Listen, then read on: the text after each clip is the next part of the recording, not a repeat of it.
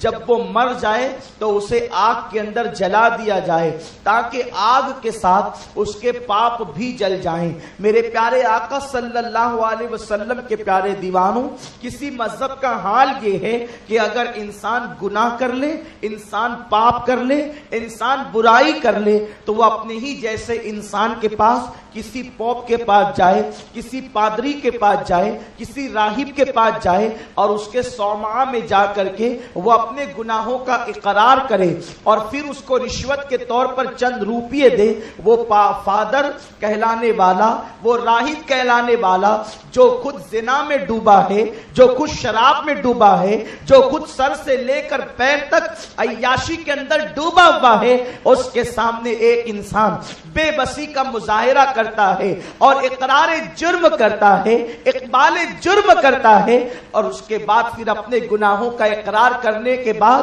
اس father کو خوش کرنے کے لیے چند روپیے دیتا ہے اور پھر وہ اس کو کلین چٹ دے کر کے یہ کہتا ہے کہ جا، اللہ نے تیرے گناہوں کو معاف کر دیا، یا عیسیٰ کو جو سولی دی گئی وہ تیرے گناہوں کا کفارہ بن گئی۔ میرے پیارے آقا صلی اللہ علیہ وسلم کے پیارے دیوانوں، لیکن اس کو بھی اور اقبال جرم کرنے والے کو بھی کل قیامت کے دن اس کی آنکھ کھلے گی تو پتا چلے گا کہ میں نے جس کے سامنے اقرار جرم کیا تھا وہ تو مجھ سے زیادہ پاپی تھا، وہ تو مجھ سے بڑا مجرم تھا۔ اسلام میں توبہ کا تصور تمام مذاہب سے الگ ہے، اس لیے کہ اسلام اللہ کا پسندیدہ دین ہے، اللہ کا پسندیدہ مذہب ہے۔ میرے پیارے آقا صلی اللہ علیہ وسلم کے پیارے دیوانوں، انسان نسیان سے بنا ہے، اگر بھولنے کی وجہ سے انسان سے گناہ ہو جائے، انسان سے خطا ہو جائے، انسان سے برائی ہو جائے تو میرا اللہ اسے راستہ دکھا رہا ہے،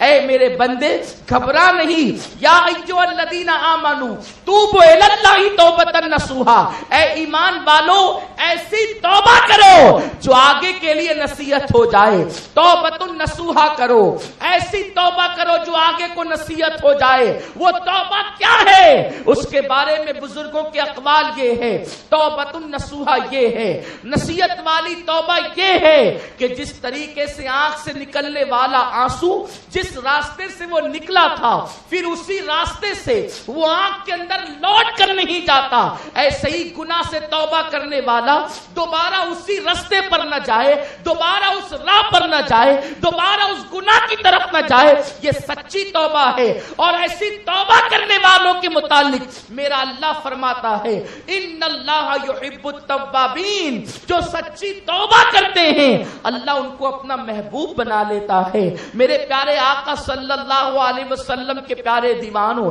اللہ اکبر، اسی لیے میرے اور آپ کے آقا مصطفیٰ کریم رؤوف الرحیم صلی اللہ علیہ وسلم نے ارشاد فرمایا، گناہ سے توبہ کرنے والا ایسے ہے جیسے اس نے گناہ کیا ہی نہیں، اس لیے کہ میرے اللہ نے فرمایا سبقت رحمتی علی غضبی، کہ میری رحمت میرے غضب پر غالب آ چکی ہے، میری رحمت میرے غضب پر سبقت لے جا چکی ہے۔ میرے پیارے آقا صلی اللہ علیہ وسلم کے پیارے دیوانوں، خطأ اجتہادی حضرت آدم علیہ السلام سے بھی ہوئی تھی اور گناہ ابلیس سے بھی ہوا تھا، لیکن دونوں میں فرق کیا ہے؟ ابلیس جو ہے وہ مردود ہو گیا، ابلیس ملعون ہو گیا، حالانکہ اس کے پاس کروڑوں سال کی عبادتیں موجود ہیں، ہزاروں سال کی عبادتیں موجود ہیں، اس کے باوجود بھی وہ مردود ہوا ہے۔ لیکن حضرت آدم علیہ السلام سے لغزش پیغمبرانہ ہوئی تو آپ مردود نہیں ہوئے، بلکہ آپ کو اللہ نے مقام محبوبیت عطا فرمایا۔ دونوں میں فرق کیا ہے؟ آدم سے خطا اجتہادی ہوتی ہے تو آدم 300 سال تک کے روتے ہیں، ندامت کے آنسو بہاتے ہیں، سچی توبہ کرتے ہیں، اور ابلیس سے گناہ ہوتا ہے تو وہ اپنے گناہ پہ اکڑ جاتا ہے۔ پتا چلا گناہ پر توبہ نہ کرنا اور گناہ پہ اکڑ جانا یہ ابلیس کا طریقہ ہے، اور توبہ کر کے نادم ہو جانا یہ ہمارے ابا آدم علیہ السلام کی سنت ہے۔ اس لیے توبہ کرنے والوں کو اللہ اپنا محبوب بنا لیتا ہے۔ میرے اور آپ کے آقا مصطفیٰ کریم رؤوف الرحیم صلی اللہ تعالی علیہ وسلم فرماتے ہیں، جب کوئی بندہ گناہ سے توبہ کرتا ہے تو اللہ صرف صرف اس کے گناہوں کو معاف ہی نہیں کرتا بلکہ اس کے گناہوں کو اللہ تبارک و تعالی نیکیوں میں تبدیل کر دیتا ہے۔ صحابہ کرام نے عرض کیا یا رسول اللہ صلی اللہ علیہ وسلم،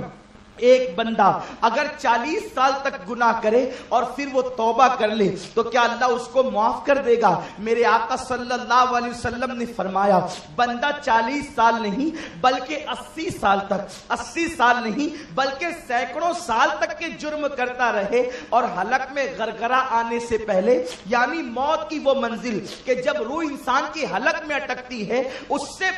پہلے اگر وہ سچی توبہ کر لے تو اللہ اس کے گناہوں کو معاف فرما دے گا۔ میرے پیارے آقا صلی اللہ علیہ وسلم کے پیارے دیوانوں، توبہ کا دروازہ کھلا ہوا ہے اس وقت تک کہ جب تک انسان کو موت نہیں آ جاتی۔ توبہ کا دروازہ کھلا ہوا ہے اس وقت تک کہ جب تک کہ سورج جو ہے وہ مغرب سے نہیں نکل پڑتا۔ ایک وقت آئے گا کہ جب سورج مغرب سے نکلے گا اس وقت توبہ کا دروازہ بند کر دیا جائے گا۔ میرے پیارے آقا صلی اللہ علیہ وسلم کے پیارے دیوانوں، ایک مرتبہ جبریل امین آئے، میرے آقا صلی اللہ علیہ وسلم کو غمگین دیکھا تو جبریل امین عرض کرتے ہیں یا رسول اللہ صلی اللہ تعالی علیہ وسلم، آپ غمگین کیوں ہیں میرے آقا؟ تو میرے سرکار فرماتے ہیں جبریل میری امت کے جرائم یاد آتے ہیں، میری امت کے گناہ یاد آتے ہیں۔ جبریل امین عرض کرتے ہیں یا رسول اللہ، اللہ نے مجھے حکم دیا ہے کہ میں آپ کو بتاؤں کہ اگر آپ کا کوئی امتی مرنے سے 1 سال پہلے اگر سچی توبہ کر لے تو اللہ اس کی مغفرت فرما دے گا۔ میرے اللہ سے عرض کیا میرے رسول نے مولا اس مہلت کو اور بڑھا دے تاکہ اس کے بعد، کیونکہ 1 سال کے بعد اگر انسان زندہ رہا تو پھر اس کے دفتر کے اندر گناہ لکھے جائیں گے۔ تو پھر یہ کہا گیا اگر مرنے سے 1 ہفتے پہلے توبہ کر لے تو بھی اس کی مغفرت ہو جائے گی۔ کہا گیا کہ پھر بھی تو جرائم کچھ نہ کچھ وہ کرے گا، تو کہا گیا اگر مرنے سے 1 دن پہلے بھی وہ توبہ کر لے تو بھی اللہ معاف کر دے گا۔ رسول اعظم نے پھر عرض کیا مولا اس کو اور وسعت عطا فرما، تو میرے اللہ نے فرمایا حبیب کہ تیری امت اس وقت تک کہ توبہ کا دروازہ امت پہ کھلا رکھیں گے جب تک کہ اس کے حلق کے اندر غرغرہ نہ پیدا ہو جائے، روح حلق میں نہ اٹک جائے، عالم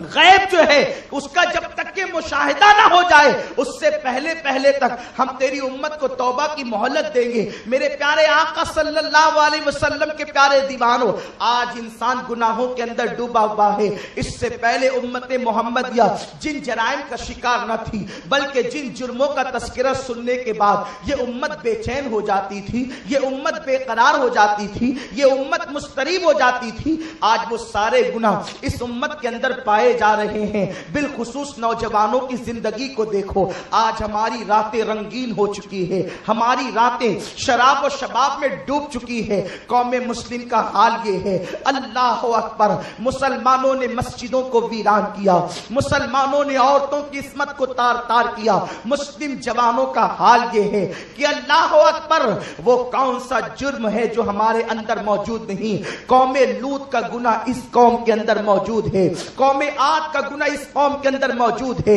قوم سمود کا گناہ اس قوم کے اندر موجود ہے، قوم شعیب کا گناہ اس قوم کے اندر موجود ہے۔ مجھے بتاؤ کیا یہ امت ناپ تول میں کمی نہیں کرتی؟ کیا یہ امت جو ہے معاذ اللہ قوم لوط سے عمل نہیں کرتی؟ کیا یہ امت زنا کے اندر ملوث نہیں؟ کیا یہ امت بد نظری کے اندر ملوث نہیں؟ کیا اس امت کے اندر سود نہیں؟ کیا اس امت کے اندر ماں باپ کی نافرمانی نہیں؟ کیا اس امت کے اندر رسول کی توہین نہیں؟ اللہ اکبر، اور قوموں کے اندر چیدہ طور پر جو جرائم موجود تھے، اجتماعی طور پر وہ سارے جرائم آج اس قوم کے اندر جمع ہو چکے ہیں۔ میرے پیارے آقا صلی اللہ علیہ وسلم کے پیارے دیوانوں، دل اتنے سخت ہو گئے، دل اتنے سیاہ ہو گئے کہ توبہ کی طرف طبیعت مائل نہیں ہوتی۔ بڑی بے باکی کے ساتھ لوگ کہتے ہیں مولانا آج عیش کر لو، آج جو کرنا ہے کر لو، کل جو ہوگا دیکھا جائے گا۔ کان کھول کر سن لو،